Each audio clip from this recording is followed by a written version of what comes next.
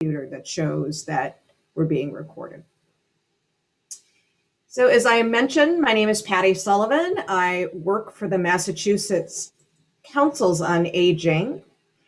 I am here today because we are trying to encourage people or communities across the Commonwealth to be more welcoming for people living with dementias, different types of dementia, and we are trying to sort of spread the word through all sorts of communities within the work that we do. So I'm going to ask for a couple of housekeeping things. First of all, if you are familiar with the process, we ask you to rename yourself if you can, to tell us where you're from. So that's helpful for us. With such a large group, we're going to ask you to stay on mute until the end of the presentation. But we do want to hear from you. So we're going to ask you to participate through the chat and through a series of polls and through an evaluation. And please feel free to use the chat bar at any time to make a comment or question. And Rachel, our next speaker, will be managing that process. So I'm now going to turn it over to Rachel and let her get some input about who is in the room with us. Great, thank you so much, Patty. And hi, everyone. We're so glad you're all here today to talk about this important topic. So I'm Rachel Fichtenbaum with Mass Mobility, which is a statewide health and human services initiative to support any organization that's working to expand mobility for older adults, people with disabilities, and others who lack access to transportation.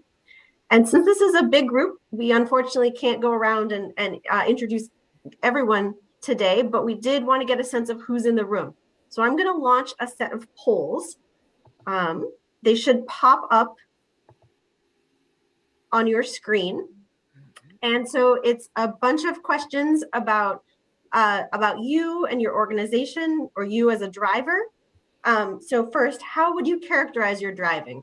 Are you a volunteer driver or a paid driver for a nonprofit or for a for-profit? Then what type of organization do you drive for?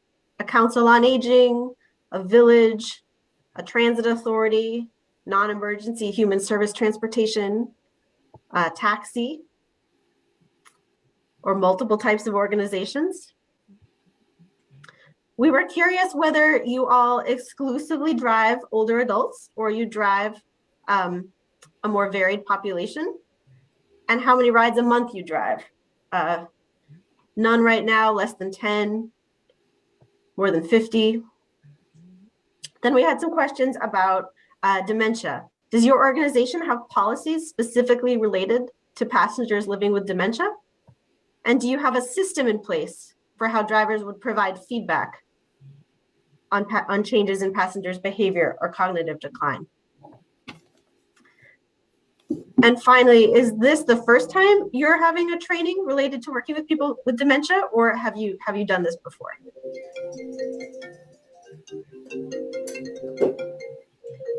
So I'll give you a little more time. Right now, about a quarter of you have participated in the poll. Rachel, I just want to make sure, can everyone see the poll? I didn't know because Patty's screen was up. I wasn't sure. It seems to be okay. Not, yeah, if you're having any trouble, feel free to unmute yourself and let us know, or put it in the chat. It should just pop up, and it's optional anyway. This is just an opportunity for us to get a sense of who we all are. So at this point, we have 62% of you all have participated. So maybe I'll just give it a few more seconds. Excuse me. Hi. Hi, I'm from Hanover, the Council on Aging. I'm Michael, and I'm with George, two drivers. I'm trying to submit. It won't allow me. The submit button won't do anything. Maybe you've all, I wonder if it may have already submitted. Oh, So, thank you so much for participating. No problem. The same thing. It didn't submit. That's all you have to do. All right, we have 70% now, so I'm going to go ahead and end the polling so we can see the results. Apologies to anyone who had a little difficulty with the polls. Are you seeing the results? Did it show up?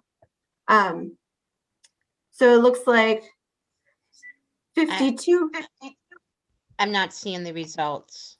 I'll do a quick verbal overview. So for anyone who can't see them, just give you a sense of who's in the room. So about over half of you are a paid driver for a nonprofit or a municipality, and a quarter of you are volunteer drivers. Almost 60% of you are driving with a town or a council on aging or a senior center.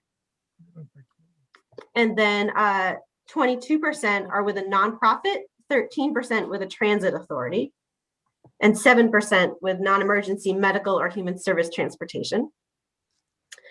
In terms of whether you exclusively drive older adults, that's about 50-50. We have 48% saying yes, you're only driving older adults, and 52% saying no, you drive older adults and others as well. How many rides a month? 13% of you are not currently driving due to the pandemic. 33% do less than 10 rides a month. And then we have a pretty even split. 15% do 11 to 30 rides a month, 20% do 30 to 50 rides a month, and 20% do more than 50 rides a month.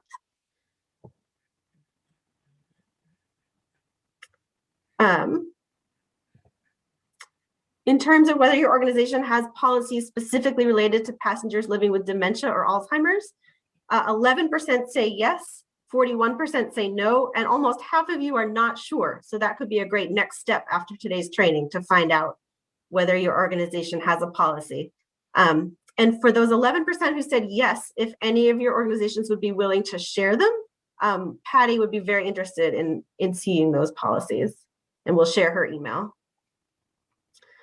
Does your organization have a system in place for providing feedback if you notice changes in passengers' behavior or cognitive decline? So 17% say yes, there's a formal system, but most of you, 60%, say there's an informal system. 9% no system, and 15% aren't sure. And then the last question, have you been offered training before related to working with people with dementia? 20% say yes, you have had something like this before.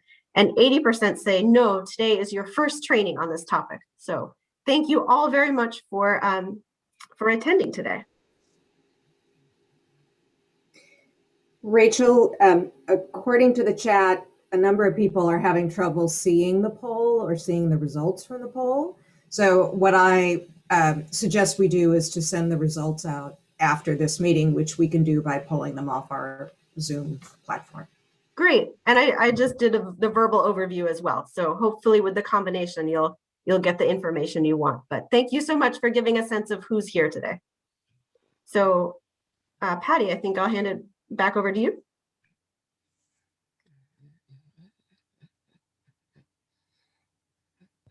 Patty, you're muted. You'd think I'd know better. So the actually, I just have to take a second to show you this. I use this all the time because other people forget to unmute. And so I'm thinking it's pretty funny that I forgot to unmute. So I'd now like to turn this presentation over to my friend and colleague, Megan LeMay from the Alzheimer's Association. Megan works with us closely in the western part of the state, western and central part of the state, or for that matter, anywhere we need her help. She comes to us with a lot of experience in dementia and was mentioned, during college, she drove a COA van. So she has a whole different perspective on this than I do. So Megan, welcome and thank you. Hello, thank you so much. So great to see you all. Yes, my name is Megan LeMay. I'm a regional manager at the Alzheimer's Association here in Massachusetts. And just a slight correction there, I actually drove a big city bus for 5 years, not a not a COA van. So yes, I have a lot of experience in public transit as well as working with people with dementia and trying to educate people around dementia, and also have a background in working in mental health. So that's a little bit about me, but I'm going to jump into our presentation here today. Well, I just want to actually mention too that we are always here for you at the Alzheimer's Association. We really want to educate more people about Alzheimer's and dementia. And one of the services we provide, and I'll talk more about this later, but just to remind people now, we do have a 24/7 helpline at the Alzheimer's Association. So you can always refer people to our 24/7 helpline, or call yourself. You know, we serve a lot of professionals on the helpline as well. If you have a question about your own memory or a question of just a situation that came up when you were talking to someone with dementia, or trying to care for someone with dementia, you can always call our helpline and get more specific information. We can talk you through different scenarios that come up, provide suggestions around caregiving, etc. So it's just a great resource. You can always tell people call the 24/7 helpline at the Alzheimer's Association, and people can call from all over the country as well. Okay, I'm first going to share a video, which is just a little introduction to Dementia Friendly, the Dementia Friendly movement and what it really means. So I'll share that first.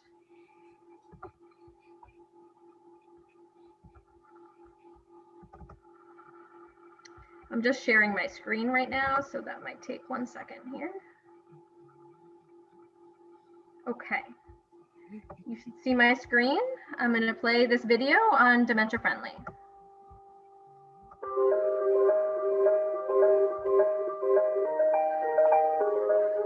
It is not a failing of character. It is not a weakness. It is a disease. And so we must disentangle this notion that dementia is a natural part of the aging process, or that it's something to be ashamed of. I was ignorant about the disease when I was diagnosed, and so I had to get in and learn. And I didn't want other people to be ignorant either. My whole focus has been trying to educate, advocate, and help bring awareness to the disease. A dementia-friendly community is a community in which every sector of community steps up and does its unique part in making sure that those who are living with dementia in community can continue to access community services and support. Dementia-friendly is a state of mind. It's a state of being. It's educating others that you can be inclusive. All of your family members can be at the table, including the person that has dementia. They do not have to be excluded. It's my hope that through Dementia Friendly America, that people will walk towards people with dementia and see how they can ensure that they are part of the community, rather than walking away and making them feel isolated.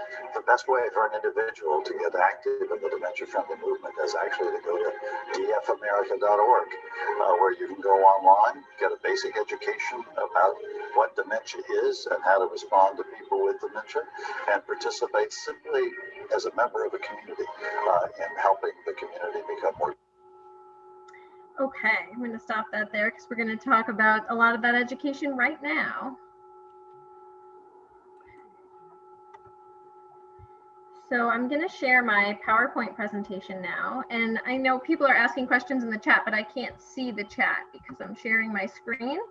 So we're just going to ask that we take questions at the end, and we'll definitely have time for questions then. But feel free to jot down your questions in the chat now, or as you think of questions, or write them down and ask them at the end, so you don't forget what your question was from the beginning of the presentation. Okay. So I just wanted to talk for another minute here about the mission of the Alzheimer's Association. Our mission is actually quite an ambitious one, and that's to eliminate Alzheimer's disease and all forms of dementia through the advancement of research. So we're the largest nonprofit funder of research into Alzheimer's and dementia. And then the other big part of our mission is really to provide care and support for people coping with Alzheimer's right now, and also to just raise awareness and educate the general public, which is why the Dementia Friendly movement is also so wonderful, and we're so happy to partner with the Dementia Friendly movement as well on this mission. So just some background here on what is dementia. So first I want to mention the difference here between dementia and Alzheimer's disease. So dementia is actually just an umbrella term. It's a general term that describes a set of symptoms of cognitive decline, memory loss, changes in thinking and behavior. So those are the general symptoms of the general term dementia. But Alzheimer's disease is a specific type of dementia in the population. It accounts for over 60% of dementias in the population. So lots of people get diagnosed with Alzheimer's disease, but there's also other types of dementia that fall under this umbrella of other dementias. So for example, frontotemporal dementia, vascular dementia, Lewy body dementia, they all fall under this umbrella of dementia with Alzheimer's disease. So you can totally use the term dementia. It is correct. It's just a more general term. And Alzheimer's disease is a more specific term that identifies a specific brain disease that's happening. So all of these dementias are irreversible brain diseases that progress over time. They actually are unfortunately going through and destroying brain cells and are ultimately fatal. Right now, there's almost 6 million people in the United States living with Alzheimer's disease or another form of dementia. And what's so critically important about the dementia-friendly movement is that, you know, more and more people are going to be diagnosed with Alzheimer's disease or another dementia. And that's why it's so important that we address this now and try to figure out how to make our communities more dementia-friendly, because it's going to affect more and more people. It is a public health crisis and will continue to be a public health crisis until we find some kind of prevention, treatment, or cure, which we're rushing to try to find. But in the meantime, we know more and more people are going to be diagnosed. And one of the reasons is also because people are living longer and we've gotten better at treating other health conditions. That is until COVID came along, but we have gotten much better at treating things like cancer, heart disease. And so death rates from those health conditions go down, but death rates from Alzheimer's and other dementias actually increase as a result. So that's what's kind of going on there with the statistics, and why this is such a public health crisis that's going to affect more and more people. So we also want to stress the point that the risk of developing Alzheimer's does increase with age, but it's actually not a normal part of aging. So your brain does lose some agility as you age, just like your body does. So your brain does age, but that's very different than developing a dementia like Alzheimer's disease, which is a specific brain disease occurring in the brain. Okay. And we're going to see a picture here. This actually shows a healthy brain compared to a brain with advanced Alzheimer's disease, which Alzheimer's actually atrophies the brain, meaning the brain shrinks and develops holes because the brain cells are being destroyed. So sometimes, you know, when you're talking to someone with dementia, you know, you can't tell by looking at someone whether they have dementia, but we have to remind ourselves that it is a physical process happening in the brain, where the brain is actually atrophying and shrinking. And someone with advanced Alzheimer's, which usually is many years later, many years of living with this disease, it is usually a slowly progressing disease, that their brain weighs about half the size of a healthy brain. So a brain with Alzheimer's, advanced Alzheimer's, weighs about half as much as a healthy brain. So it's really a drastic difference, and that's why we're seeing such drastic changes sometimes with people. Okay. If you have any questions about, general questions about Alzheimer's and dementia, feel free to put them in the chat. I also recommend just learning more in general about Alzheimer's and dementia, and you can always call us at the Alzheimer's Association or attend another education program that goes into more details specifically about the disease itself. Okay. So these are some of the changes we see with dementia. Some of them are early signs. Some of them are changes we see with anyone with Alzheimer's or another form of dementia. So we know that we see short and long-term memory loss, repetitive speech, or repetitive questions. So of course, this is a common challenge we see. You know, if you are working with someone who's asking the same question over and over, even though you just answered that question, we have to keep in mind that the person genuinely doesn't remember that they just asked that question, and they're asking it again because they can't remember. And so we have to try to be patient and try to answer that person's question as best we can, and understand that they genuinely forgot that they just asked it. We also, another sign here is slower information processing speed.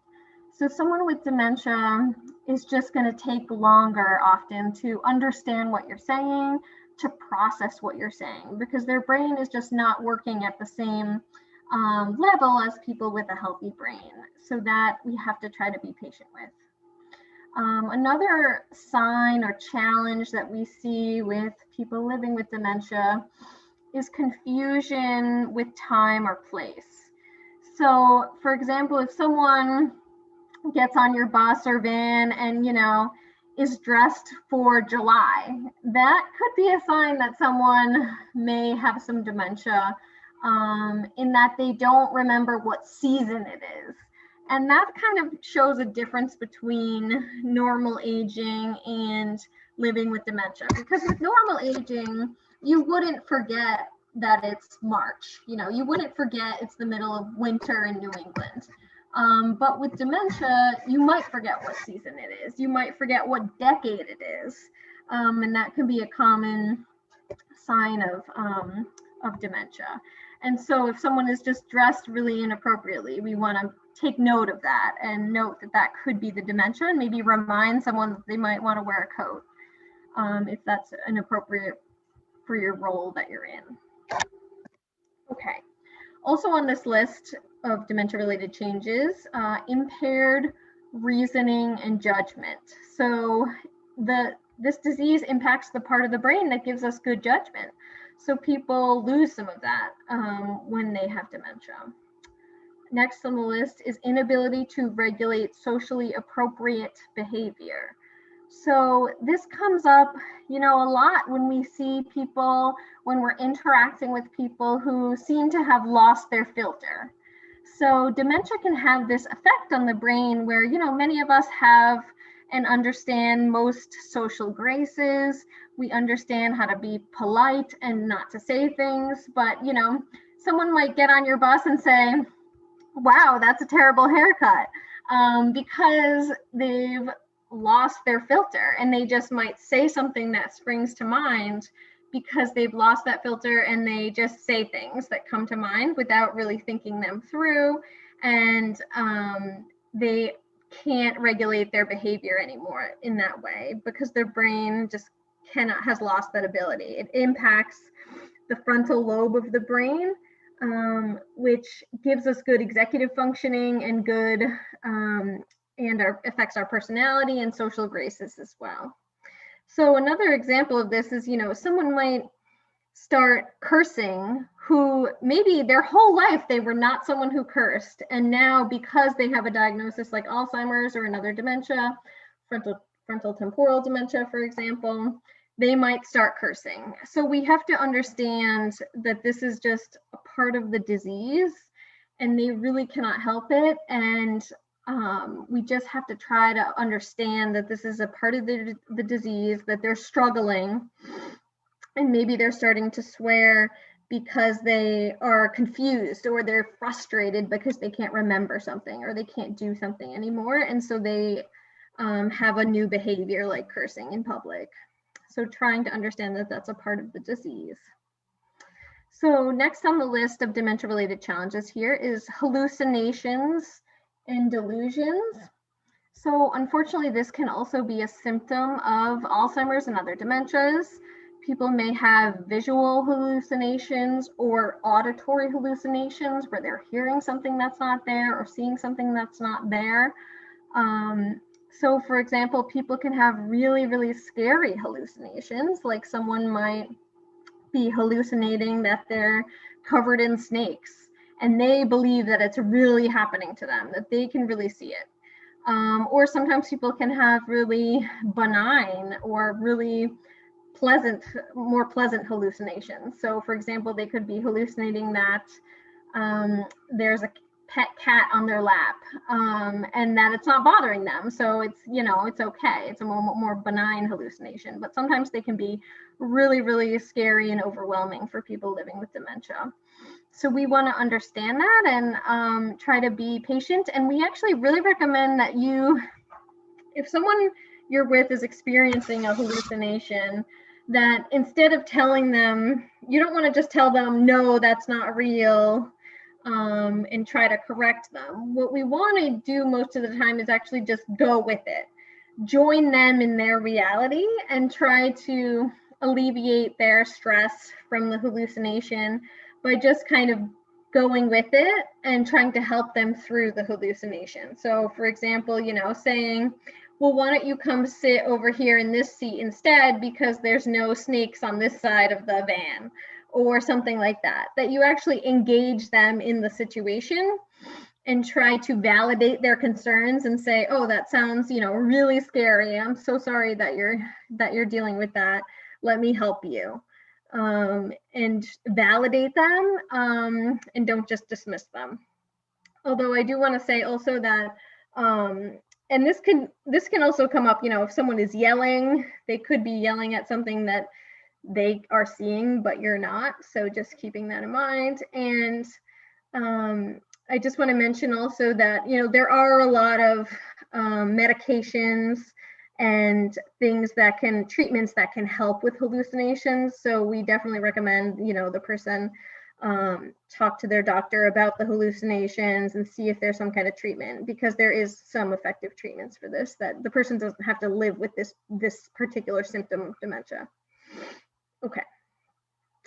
Another challenge we have on this list is trouble judging distance and determining color or contrast. So dementia impacts the part of the brain that controls our ability to see and to judge distance and color. And so this is why one of the reasons people with dementia usually can't drive anymore, because they don't see as well as they could. The part of the brain, the occipital lobe that controls our ability to see, is impacted, as well as obviously memory issues. And this could be also explain why, if someone is confused about, like, maybe they don't want to step forward, they don't want to go from a white tile on the floor to a black tile on the floor, it could be because that color contrast is actually really scary for them, or it's confusing. So sometimes just things with colors, or sometimes if everything's the same color, that's also too confusing, because they can't distinguish different one thing from another because of these challenges in being able to judge color and contrast.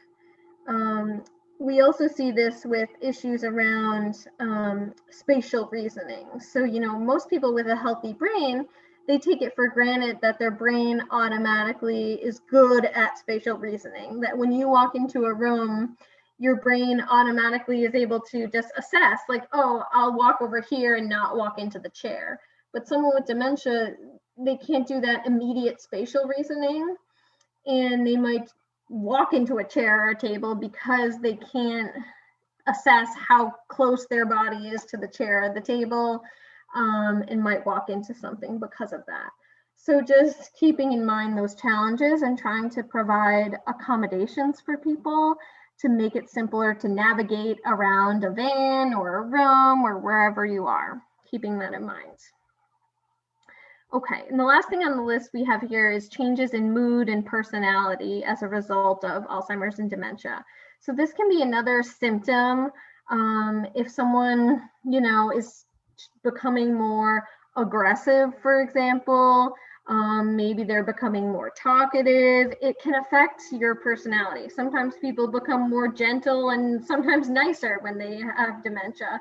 It depends on what their personality was before and how much it's impacting that part of their brain that controls our personality. So this can be definitely a challenge with working with people with dementia, and mood as well. You know, sometimes people just become more depressed or more anxious. And so again, we would recommend talking to a doctor about any of those changes, because there are medications that can help with that kind of mood disorder type of issues with dementia, depending on what they're, depending on the individual. Okay.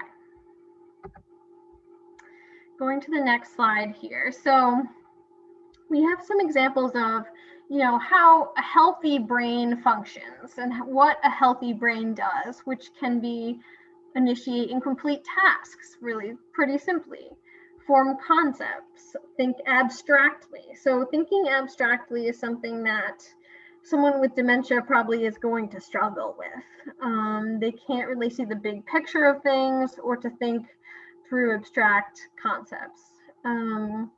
Behave in socially appropriate ways. That's, you know, a healthy brain can do that. Have good judgment, insight, and awareness. And so this leads to difficulties with someone living with dementia, in that their brain is not functioning in these healthy ways. You know, so someone with dementia is going to have difficulty following a map route, for example, making a multi-step plan to travel. So, you know, we all know that sometimes if you're planning a day of travel, or just planning out how to go from your house to the grocery store and then to the pharmacy, you know, it seems pretty simple, but then when you start thinking about the plan and how you might have to take 2 buses to do that, or even 3 different modes of transportation, depending on your situation and where you live, it's going to be too overwhelming and require too much planning and brain power to really create that multi-step plan in someone's mind, and to write it down and to figure it out. That can be so overwhelming for someone with dementia. So that's something, you know, we can help people with. We can sit with them and figure out, oh, this is what you need to do today. Write it down for them, help them create that plan and simplify it for them, or make an accommodation for them. So another difficulty that can arise with dementia is, for example, someone just becoming agitated while they wait in line. So someone might, because they have dementia, genuinely forget why they're waiting in line. So if someone just is cutting a line or trying to go ahead, we want to keep in mind that they might have forgot why there is a line, and they are living with this quite drastic brain disease. So we want to be patient, try to understand where they're coming from, joining them in their reality, and understand how we can try to just accommodate them. And educate other people around them why, you know, this is happening. So another example here, crossing a busy street. You know, that can be an overwhelming activity that is going to be more dangerous for someone with dementia, who's not able, their brain is not able to just immediately assess what's happening in front of them, as well as someone with a healthy brain, and they might need some assistance with that. Getting lost and wandering is, of course, a very common symptom and occurrence with dementia. Someone, you know, may know where they're going 1 minute, but their brain just then forgets where they're going, and they get lost very easily, can walk around wandering kind of aimlessly because they can't remember what they were doing or where they are. So we want to really help people in those situations. We definitely recommend people get a medic alert bracelet if they don't have one. That can be helpful if someone does wander or get lost and they're on their own.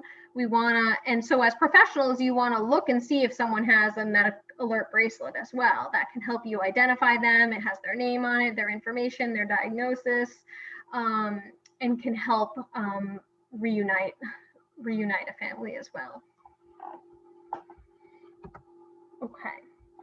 So we also want to let you know that there's also a brain and body connection, that a disease like dementia or Alzheimer's can impact not just the brain, but also has physical implications on the physical body. So because of this disorder happening in the brain, it can cause issues around muscle coordination, balance, because it's your brain that tells your body how to have good balance and how to do these basic things like hand-eye coordination.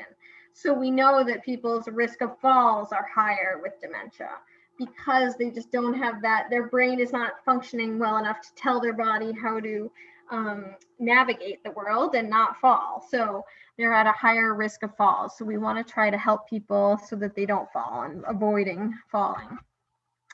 Sensory perception system changes and also visual and auditory challenges like we talked about. This disease impacts the parts of the brain that usually control our visual and auditory functions really well, but because that part of the brain is also can sustain damage from this disease, that also gets impacted.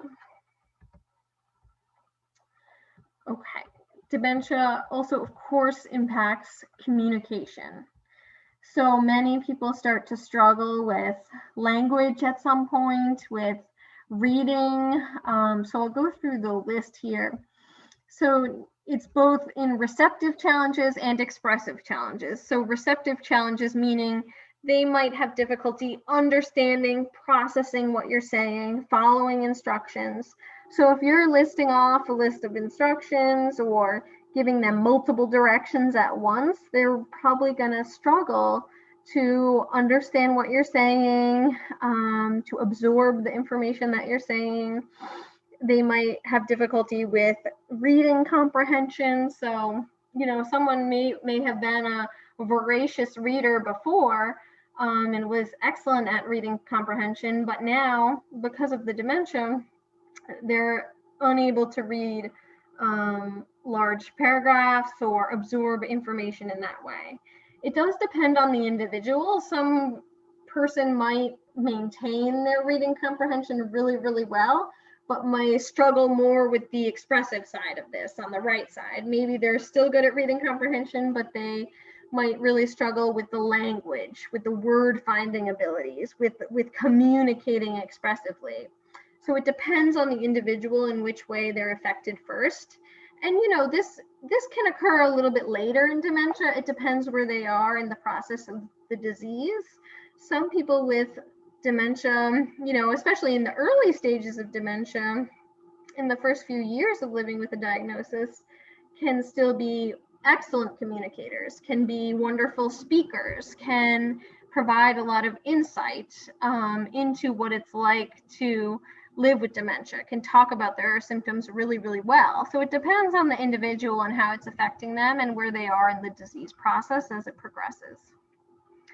Okay, so some expressive challenges, like I mentioned, if someone's struggling to find the right word, that's pretty common. Someone might invent a new word. So for example, if they can't remember the word clock, they might call it something else. If they can't remember a certain word, they might just invent a new word because they can't remember. Difficulty organizing words logically. So sometimes this is called word salad. If sometimes people are saying words and maybe they're correct words, but they're not coming out in the correct order. They're not logical. They're saying random words that are not connected correctly. But it's because they're trying to communicate something, but they can't, their brain is mixing them up and it's word salad. So in that situation, we really want to try to figure out, what are they saying? You know, you're getting a couple of those words. Can you try to put it together and kind of be the detective there to figure out what they're trying to communicate? And sometimes that's the role we want to play and can really try to help the person out in that situation. Speaking in their native language. So sometimes people who may have been speaking English for, 50 years, but now because of their diagnosis of Alzheimer's, they might kind of revert back to speaking their native language because they're forgetting their English. They are just going back to what was their first language and what feels more natural to them. So that's a common occurrence with Alzheimer's and dementia too. So we want to, if that's the case, try to provide materials, information in their native language if possible. Sometimes you might notice people are just speaking less often or relying on gestures. So you don't want to interpret it as rude if someone is pointing at something or gesturing. It could be because they can't remember the words, they can't get out the words, and they feel like to try to communicate, they're going to gesture something. So that's perfectly okay. And we want to try to understand what they're saying again and do that detective work to figure out what they're trying to communicate. And you can also use gestures too. So if you're trying to communicate something to them, you know, you can point out something or use a gesture to try and communicate what you're saying. So we want to also mention here that nonverbal communication is also even more important with someone with dementia. So we all know nonverbal communication can be important for all of us. You know, this includes body language, facial expressions, tone of voice, and that's important for everyone, but it can become more important with people with dementia because they might not understand or grasp every word that you're saying, so they'll rely more heavily on nonverbal communication. So they might not get what you're saying, but they understand your tone of voice. They understand your facial expression because that is the part of the brain that actually maintains longer. So, you know, that part of the brain that understands that emotional connection is usually intact longer than just the language ability of the brain. So it's so important when, you know, we all know that sometimes you might be saying words that are nice or kind words, but maybe your tone of voice is not expressing that kindness. Maybe you sound impatient, maybe you sound rushed, maybe you're short, and you're expressing that in your tone of voice and your facial expression, even though it's not matching the words you're saying. So we want to just keep that in mind, that trying to keep a really friendly, pleasant tone of voice, speed of your voice, volume, that all of that is more important when speaking to someone with dementia. And we want to try to keep it as pleasant as possible, as friendly, smiling as possible, because that's just going to make the experience more smooth. It's going to mean a better conversation with someone, a better interaction with someone with dementia. Okay, so some other helpful points here for successful interactions. So we always recommend approaching from the front, not from behind. We don't want to surprise someone. We don't want to come up from behind and scare someone, because someone with dementia might not be as just aware of what's going on around them. You want to identify yourself and use the person's name if possible. So you want to say, you know, "Hi, Susan, it's your driver, Megan, today." So you're reminding them of their name, saying their name, reminding them of your name, always reintroducing yourself, making eye contact if possible, being at eye level if possible. So going and sitting down next to someone can make all the difference, even though it might take an extra minute. If you just go over, sit next to someone and talk to them and making eye contact so they can see your face, it's going to make for a much better conversation and communication, much better than if you were talking to someone from across the room or trying to talk to someone who's sitting behind you. It's not going to be as successful that way. And keeping in mind always, of course, relaxed body language and smiling. So some more communication tips here. Again, being open, relaxed with your stance and facial expression, eye contact, avoiding sudden movement, remaining confident, calm to project reassurance. We always want to be reassuring someone that they're safe, they're okay, everything is fine. They're going to get to where they're going. We want to reassure them and keep it positive, being friendly and relaxed. And don't be afraid to laugh, you know, using humor can be a really effective tool, especially if you're matching someone's mood. You know, if someone is laughing at themselves, you can laugh too. You can laugh together and use that as a coping skill. Okay. So some more communication strategies here. We want to keep in mind to use short, simple phrases and sentences when talking to someone with dementia or who you suspect may have some type of dementia. Just trying to keep it simple instead of, you know, many of us have a, you know, habit of speaking too fast, mumbling, or maybe over explaining. We want to keep it simple. Speak a little bit more slowly and clearly. Give one-step directions, so don't list off a bunch of directions. Keep it simple, short, and they might be able to be more likely to absorb what you're saying and really process what you're saying if you keep it short and simple. Asking one question at a time. Allowing time for a response. So sometimes, you know, we speak quickly, we're in a hurry, we don't wait and give people the extra couple seconds to think of a response and to try to respond to what you're saying, because, you know, they might be perfectly capable of answering your question, but they just need an extra couple seconds to just think about it and really process what you're saying and be able to have time to respond. So just being patient, taking those extra few seconds. It is perfectly great to offer a guess or a suggestion or use a prop. If you think you know what they're trying to say and they're struggling to communicate, you can offer a guess, offer a suggestion. Repeat questions or statements using the same phrasing. So sometimes, you know, people might ask a question, the person's not understanding what question that you're asking, and so you phrase it differently the second time. We actually want to avoid doing that and repeat the question in the same language you just used to say it, so that we're not confusing them with another question that sounds different but is actually the same question. And sometimes it can be really helpful to write things down. So if someone is struggling to understand what you're saying, they might still have better ability to read something, read a note. If you can write something down for someone, that can sometimes be really helpful depending on where they're at in their dementia. So some behavior changes here. We want to keep in mind that sometimes behavior is a form of communication for someone with dementia.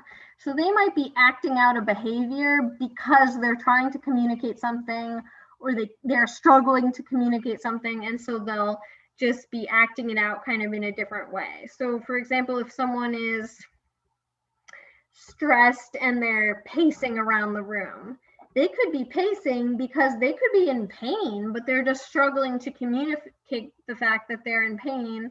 And so you're seeing it in a behavior instead. Maybe they have a UTI and they are actually pacing in response to it.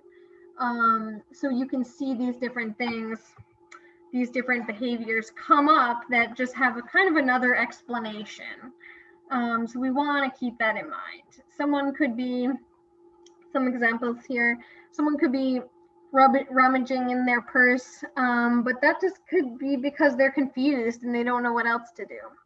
Someone could be pacing in the aisle. Again, maybe they're in pain. Maybe they're just anxious and they're using pacing as a kind of their behavior and just trying to like act that out. Someone could be talking to no one's there. It could be because they're hallucinating. So we want to keep that in mind. There could be another explanation. Someone could be just being rude and yelling at you because it's actually because they can't understand the question and they don't understand what you're saying. And so instead they're just yelling or being rude. So instead of, you know, we don't want to escalate the situation. We don't want to yell back. We don't want to be rude in response. We want to understand that this could just be a symptom of their disease, and we want to really try to be as empathetic as possible, as compassionate as possible, and understand where they're coming from, and try to communicate as best we can. Someone could be just repeating a story because they can't really follow the group conversation or they can't follow what's going on. So they're just repeating a story in response because that's comfortable to them. Okay, a few more dementia-friendly tips here. Never correct or argue with someone with dementia. So unless, you know, in this situation, if you're a driver, if you are working in transit, there might be safety issues that come up where you obviously want to correct someone if they're doing something unsafe. But if they're just saying something that's perfectly fine and is not a safety hazard, we don't want to correct them. So for example, if they're insisting that today is Saturday, it doesn't really matter what day it is. We don't necessarily need to correct them. We don't need to correct them about what year it is. If it's going to cause an argument or a disagreement, we really want to avoid that. We just want to go with the flow of their conversation. Join them where they're at. Join them in their reality. So that's what we really suggest. We don't want to reality check them. Avoid using the word no if possible. You know, sometimes that's unavoidable, especially again, if it's a safety issue or if it's a matter of getting them where they need to go on time. You know, sometimes we need to correct them or say no, but we want to avoid that and just go with the flow of where they're at as much as possible. Staying calm, confident, and compassionate is really what we want to keep in mind there. So some other issues that can come up here, challenges with money, fair transactions. So if you see someone is really struggling to just figure out how to pay, figure out how to count their change or how much they owe, you know, we want to provide assistance in that situation. That's where you can, you know, step in and just help someone out.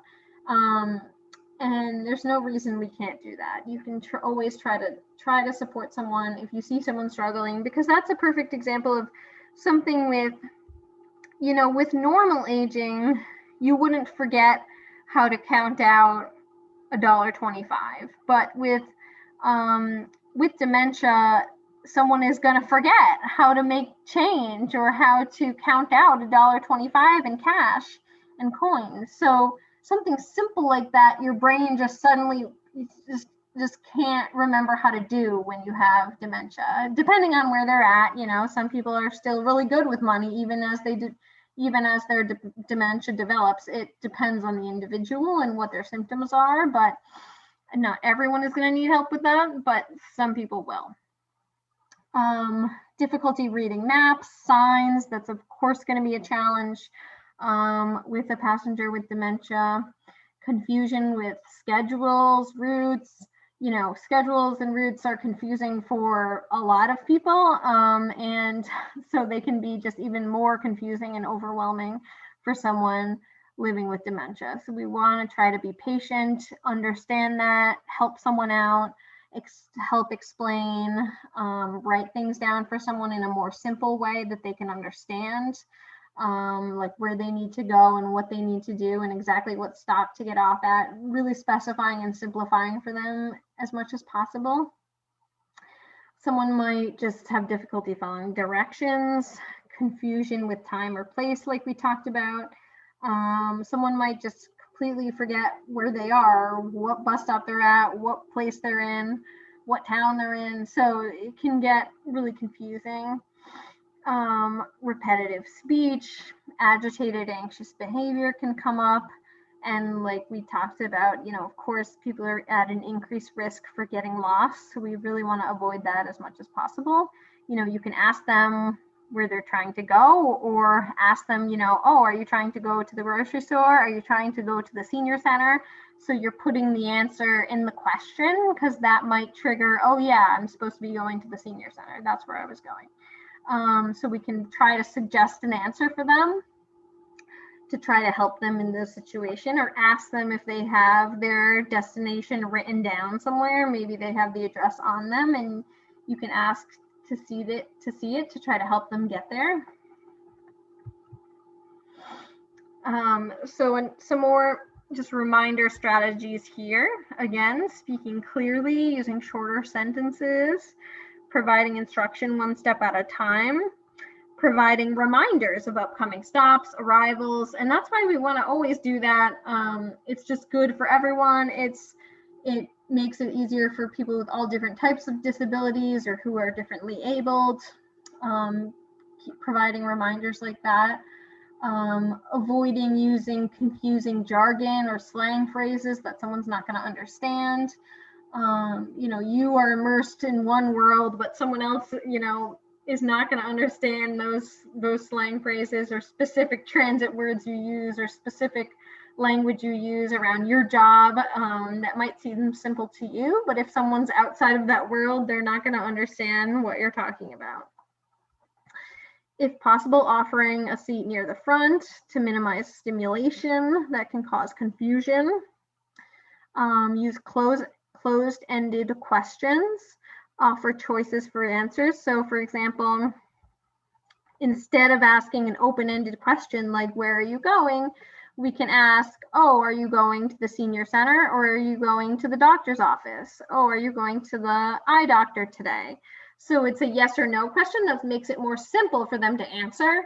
They'll more quickly arrive at an answer. Whereas if you ask an open-ended question, they're not probably going to be able to pull something out of the blue. They might not come up with an answer for an open-ended question. But if you just ask a yes or no question, you can still be friendly and ask a question, but without being overwhelming or confusing the person. We want to be patient, of course, and as flexible as possible. We are the ones who are living without this brain disease, so we have to be the ones to accommodate the person. We want to go out of our way to accommodate, to support, to be flexible, to help the person. Be friendly and kind to minimize anxiety. Living with dementia can be so overwhelming, confusing, upsetting. So we want to make it as pleasant, positive, and anxiety-free as possible for someone to get from one place to another or to accomplish what they're doing that day. We want to make it as simple and as positive an experience as possible for people. And this is, of course, a lot of this is just common customer service, but we're doing it just in an even more just kind, friendly way, and just keeping that in mind that when you're providing good customer service, you can also just go even another extra step and make sure you're being conscious and understand that someone could be living with a disability, and to trying to make it simpler and easier for that person, and to just being as kind as possible. Okay, so this is actually wrapping this up. I'm actually going to share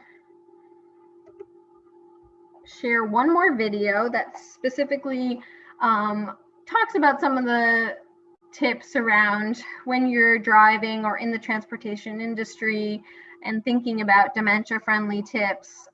So it's just going to go over a little bit of that. It's just a quick 1-minute video, and then I'm going to talk about some of our resources.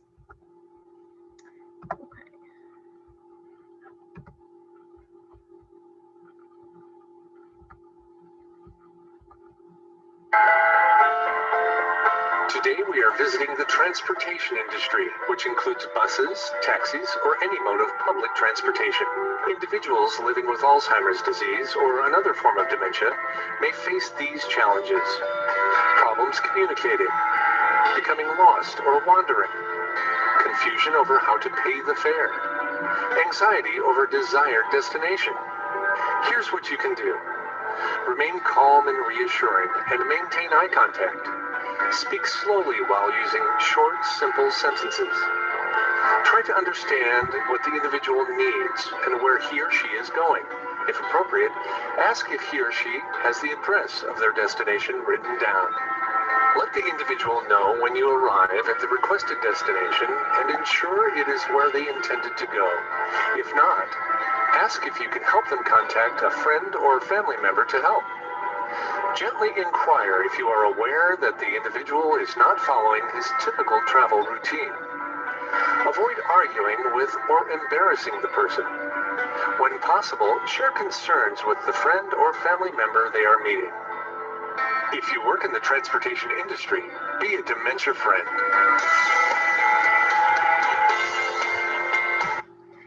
So just a reminder there that everyone can be a dementia friend. And, you know, also it is totally okay to, if it's appropriate for your role, talk to family or friends of the person living with Alzheimer's or dementia too. You know, include them in the conversation, but if you're concerned about someone, or if you're noticing changes in someone, if their Alzheimer's is getting worse and they're less able to navigate as well as they once could, or you're concerned for their safety, you can definitely speak up. You know, don't be afraid to embarrass someone, as far as, you know, if you're just really trying to be concerned about their safety and about their well-being, you can absolutely, you know, talk to the senior center about it. If you work at the senior center, talk to your colleagues about it. How can you best support this person? Do they have family you can reach out to?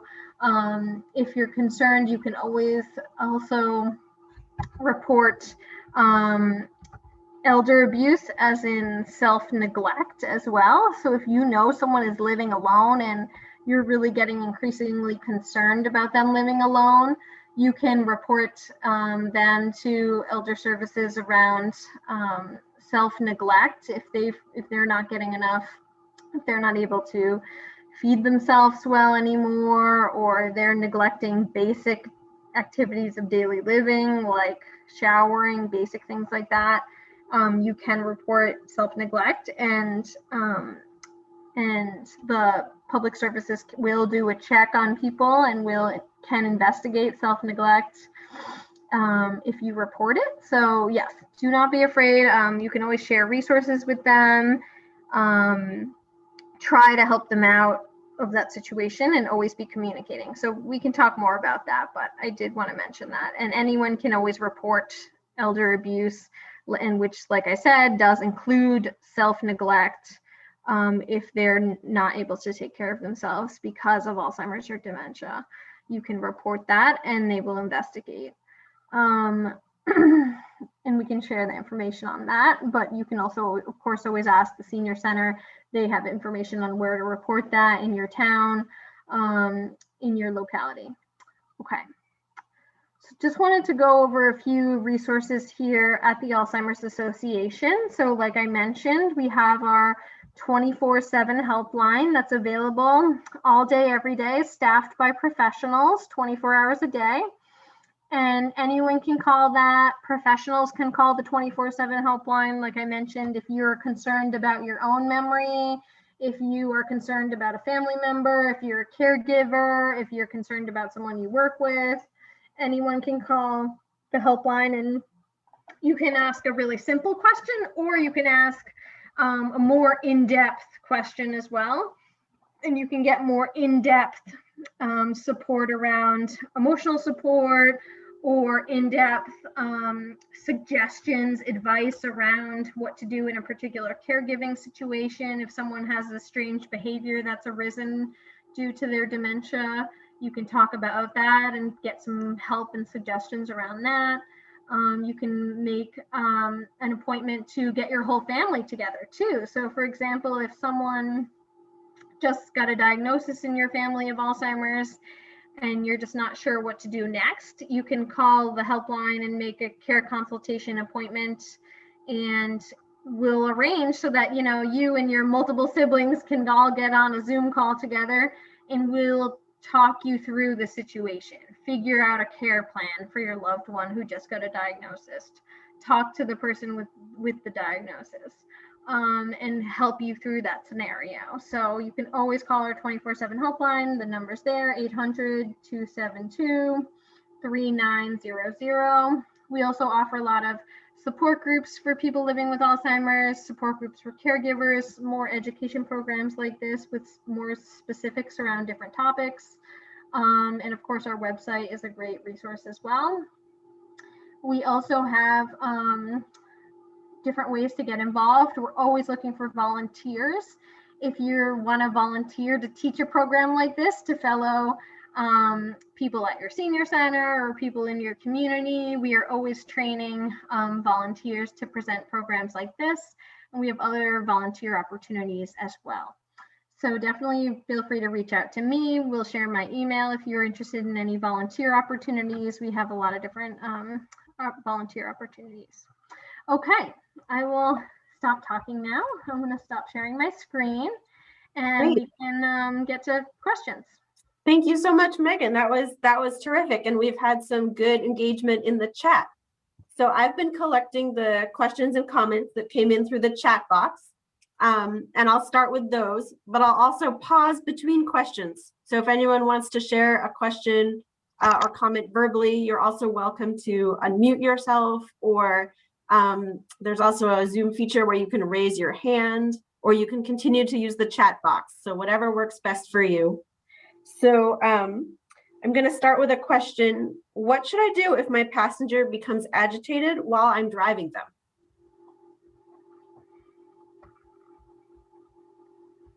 So yeah, that's a great question. I think what we really want to do is try and de-escalate the situation. So as stressful as it can be to, know someone is getting agitated while you're driving and your job is to focus on the road and keep everyone safe, we want to just try to de-escalate the situation and not over panic ourselves. If someone's getting agitated, it's okay. Most of the time they're going to be fine. They might be getting anxious or agitated about something, but they're probably going to be totally fine. It depends on what situation this is in. Are there other passengers? Is there another passenger that can maybe help soothe the person, can help support the person, or are they by themselves? It depends on the context and the scenario, but we can, of course, if you can, try to talk to someone and soothe them while you're driving, if that's an option. That might not be an option depending on what you're driving, but I would say just try to stay calm and cope with the situation when you can.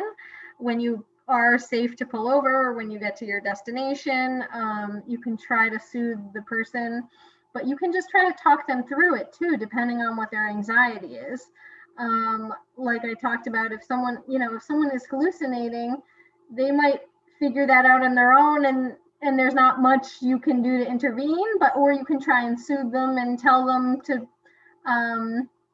do something different to cope with the hallucination, or talk them through it.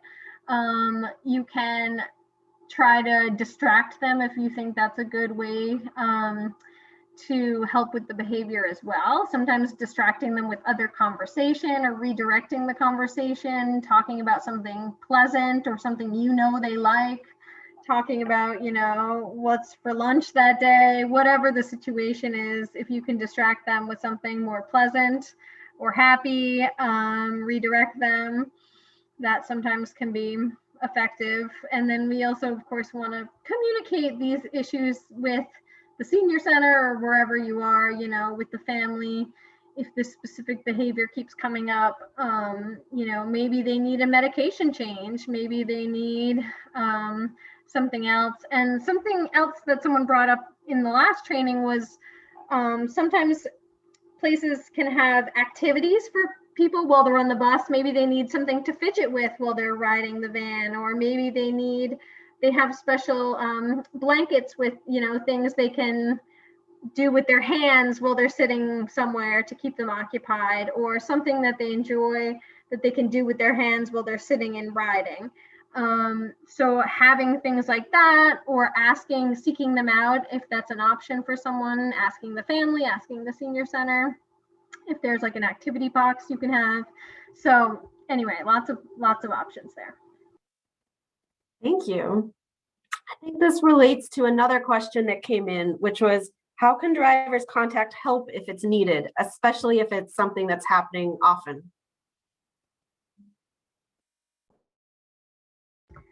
So yeah, that's something I might defer, to the senior centers. It depends where you're working and what's going on with the individual. So, do you want to talk?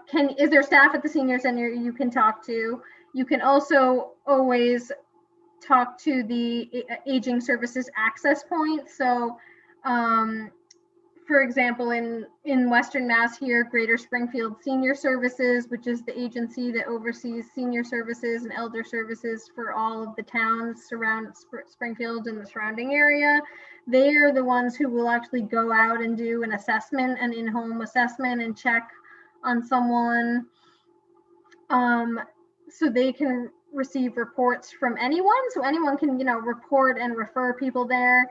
And again, talking to, I forgot the specifics of the question now you asked, but like talking to the senior center, the family, if that's a possibility. Does the person live alone? That obviously raises other issues.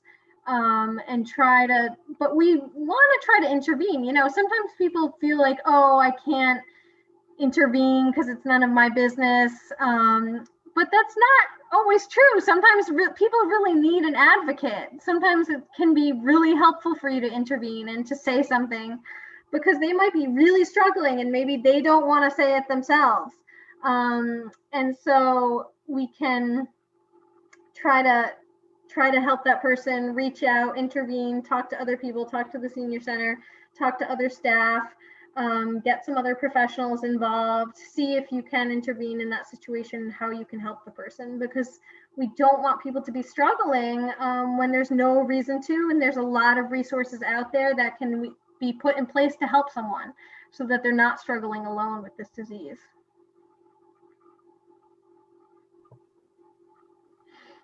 Thank you. We had someone put in a comment that it seems like some of the need to avoid certain language and actions depends on the individual. So Megan, I was wondering if maybe you could talk a little bit about how you tailor your approach to an individual and how they might experience dementia differently. Yes, that's, absolutely true. It totally depends on the person. And, there's a saying, when you met one person with dementia, you've met one person with dementia, and that, people are all different and they're all unique and they're all going to express, this disease can present so differently depending on the individual, depending on the type of dementia they have, depending on their age, depending on their background. So yes, it totally depends on the individual, and it does really help when you know the person. If you know their preferences, if you know what they like and don't like, it can make a big difference. Although sometimes sometimes it's hard actually when you know the person really well, because then with dementia they change and you have to change your adjustments. If your parent was this one way your whole life, but now they have Alzheimer's, it changes your relationship with that parent, and you have to rethink and readjust your ideas and how you interact with your parent. And sometimes that can be really hard, even when you know the person really well, because it changes your brain and it really impacts so much. And so, yeah, it really does, of course, depend on the individual. Sometimes people will react well to certain things, and other people are going to react badly. So you have to kind of figure out, and we don't all do this perfectly. It's a learning experience for all of us. We have to try different things, maybe different conversation. For some person, maybe you're easily able to redirect them by talking about your favorite food channel that you watch. For other people, maybe they don't want to talk about that, and maybe you can redirect them with something else. It depends on the individual and their preferences. Rachel, I asked that, I put the comment down myself.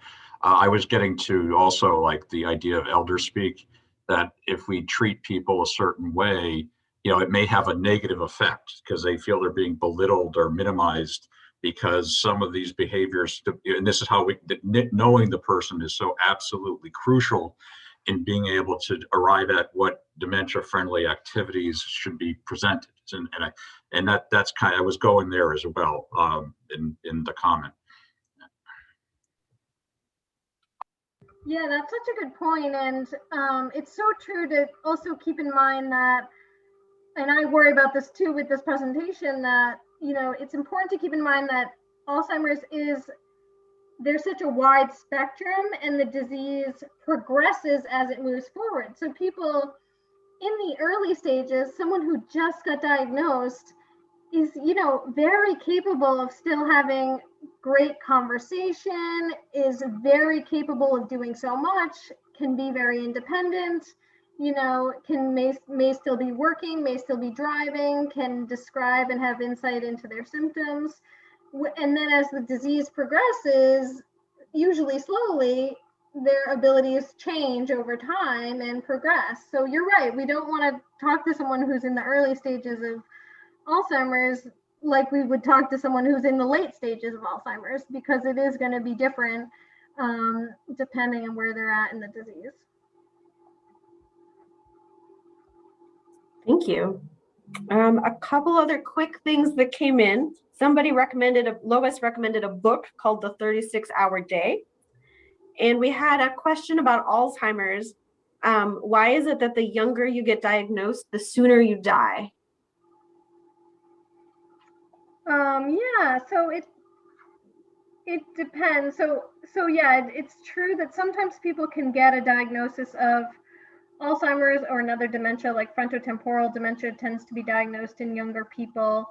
You can get dementia in your 40s or 50s, which can present its own challenges in that, people look so young, they don't look like they might be living with dementia. People don't understand that they have dementia because they look so young. It can really present its own challenges, and we want to understand too that people can get diagnosed at different ages.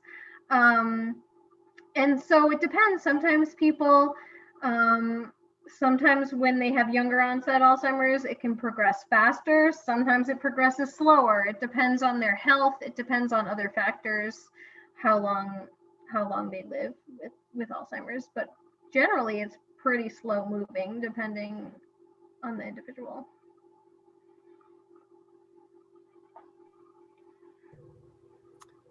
Wonderful. Thank you so much.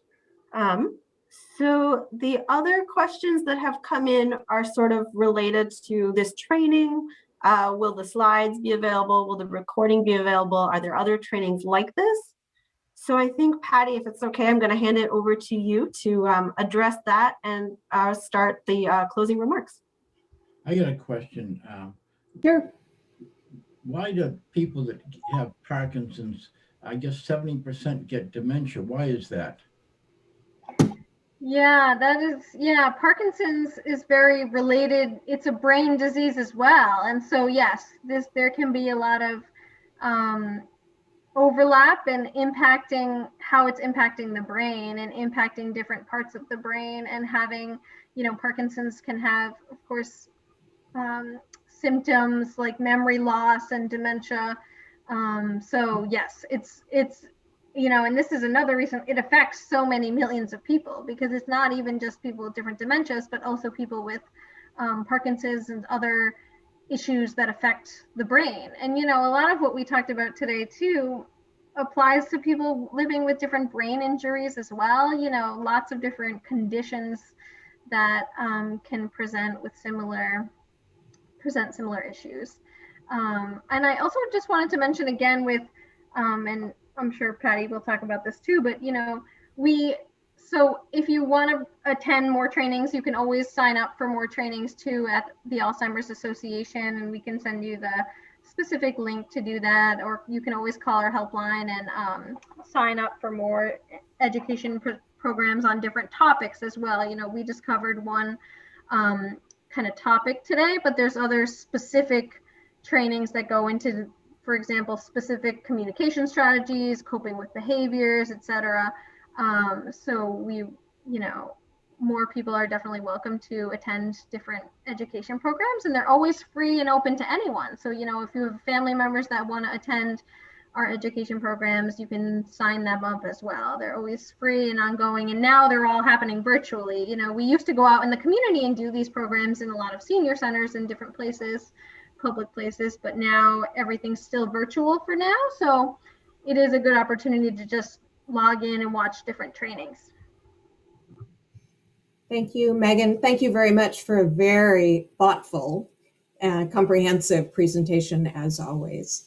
So I just want to mention a couple of things that have come up in the chat. One is that, yes, we have recorded this session, and after we review it and make sure it's appropriate, we will post it. Also, I want to remind you that this training is done in the context of the larger work that we do called Dementia Friendly Massachusetts, where we're working across the state with people like Megan and others who are trying to help create dementia-friendly communities. And so what we have learned from this experience is that there are a lot of people interested in this training. So we will post it, but we're also going to schedule more sessions because we ended up with a waiting list on this, both of these sessions. And also we can just see there's more demand as more communities come in to pledge to become dementia friendly. So we will send you the link to this in the follow-up to this email, and then the recording will be posted on the Dementia Friendly Massachusetts, dfmassachusetts.org, and under the transportation sector. So there's lots of information on the Alzheimer's Association site, on the Dementia Friendly Massachusetts website. And as I said, we'll continue these trainings because it's very clear that this is a need that's out in the community that we hadn't met yet. So let me share my screen one last time. And give me 2 seconds, it didn't click.